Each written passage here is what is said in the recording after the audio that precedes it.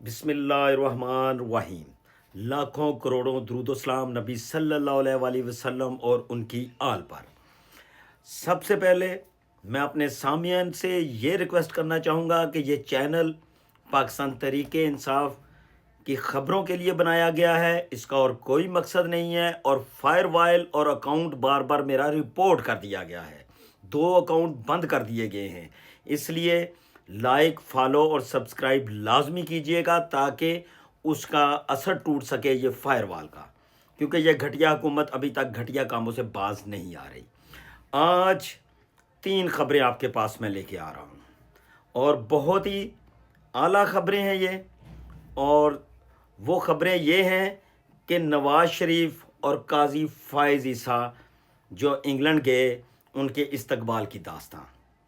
फिर दूसरी खबर पाकिस्तान तहरीके इंसाफ के लिए खुशखबरी। और फिर तीसरी खबर हुकूमत अदालत उज़्मा के फुल कोर्ट बेंच से, जिसे इलेक्शन कमीशन भी तस्लीम कर लेने लगा है, वहाँ पर खुदकशी का प्रोग्राम बना रही है, यानी हुकूमत की खुदकशी।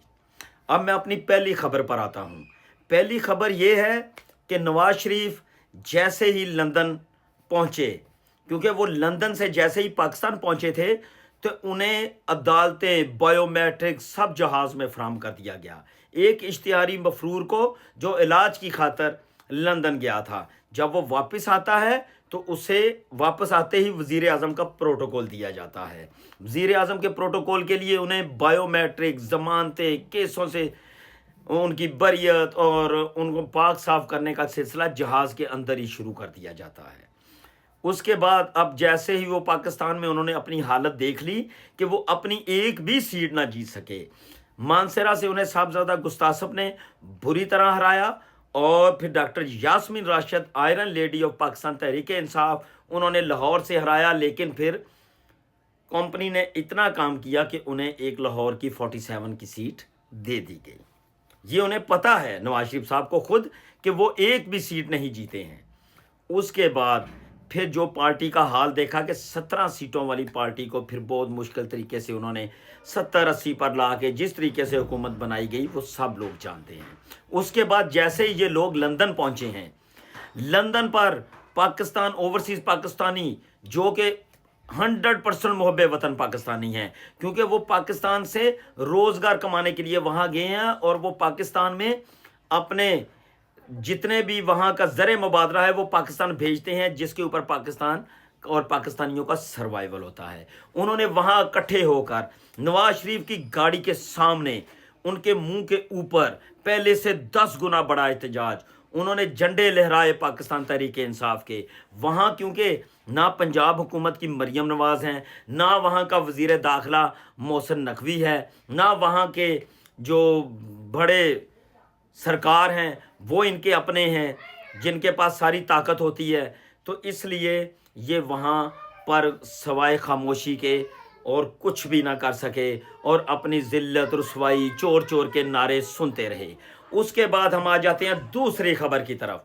दूसरी खबर जो है वो इलेक्शन कमीशन और पाकिस्तान ने मेरे कंफर्म ज़राए से, मेरी बहुत बड़े अफसर से खुद बात हुई, उन्होंने कंफर्म कर दिया है कि इलेक्शन कमीशन ने फैसला कर लिया है सुप्रीम कोर्ट के फुल बेंच की हुक्म पर कि वो सीटें पाकिस्तान तहरीके इंसाफ को दे दी जानी हैं और किसी वक्त भी वो नोटिफिकेशन जारी हो सकता है। और फिर पाकिस्तान तहरीके इंसाफ पार्लियामेंट की सबसे बड़ी जमात बनकर उभरेगी और उसके बाद सेनेट इलेक्शन भी चैलेंज हो जाएंगे, बहुत सारे इलेक्शन चैलेंज हो जाएंगे। वो अगली कहानी फिर कानूनी तौर पर आपको हम साथ साथ आगाह करेंगे। और फिर तीसरी बड़ी खबर हुकूमत ने स्पीकर अय्याज सादिक को कुर्बानी का बकरा बनाने का पूरा प्लान तैयार कर लिया है। हुकूमत और इनके हैंडलर्स इसमें शामिल हैं। अब टकराव होगा अदलिया के फुल बेंच का, इलेक्शन कमीशन के साथ भी एक किस्म का टकराव हो जाएगा, क्योंकि इलेक्शन कमीशन ने ठान ली है कि वो अपने ऊपर आर्टिकल 6 नहीं लेंगे।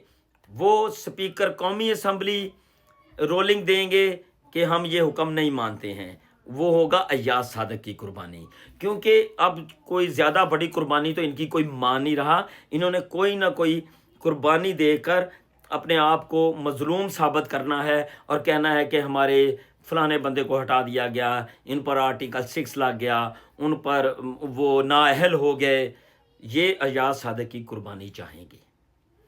یہ بات کنفرم ہو چکی ہے کہ قربانی ایاز صادق صاحب کی ہو رہی ہے، وہ اس وجہ سے کہ نظام حکومت ان سے چل نہیں رہا ہے اور بالکل بھی یہ اس قابل نہیں ہے۔ اور پھر جو عدلیہ ہے وہ بھی انشاءاللہ تعالی انہوں نے بھی دیکھ لیا کہ قاضی فائز عیسیٰ کا جو حال ہوا ہے، وہ ایئرپورٹ پر کھڑے رہے، پاکستانی ان کو ایک خراج عقیدت اور خراج ضلالت پیش کرنے کے لیے وہاں پر انتظار کرتے رہے، وہ لابی میں بیٹھے رہے، شرمندہ ہوئے باہر نہ جائیں، کبھی بیٹے کو بھیج رہے ہیں، کبھی بہو کو بھیج رہے ہیں، کبھی بھیج رہے ہیں بیٹی کو، بہت ذلیل ہوئے ہیں وہاں، اور بہت ہی چھپ چھپا کے بیچارے جدھر بھی ٹریول کر رہے ہیں انہیں ٹریول کرنا پڑ رہا ہے۔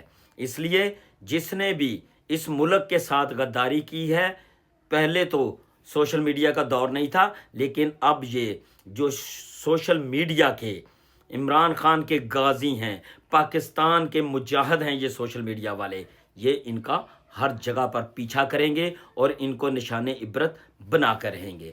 شکریہ، اللہ حافظ، میرے اگلے ویلاگ تک انتظار کیجیے گا۔ بہت ہی دلچسپ صورتحال ہر روز اختیار ہوگی، لمحہ بہ لمحہ اختیار ہوتی جائے گی۔ شکریہ، اللہ حافظ۔